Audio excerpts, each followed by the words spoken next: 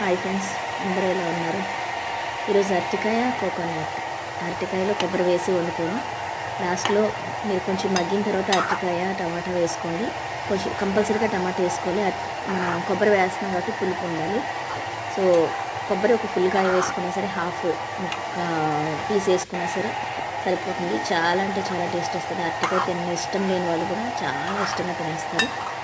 So నేను వీడియోలో చూపించిన విధంగా కొంచెం అలా టమాటా వేసి మగ్గిన తర్వాత కొబ్బరి వేసుకొని కాసేపు తిప్పుకొని వాటర్ వేసుకొని మనకి మగ్గ పెట్టుకుంటే సరిపోతుంది.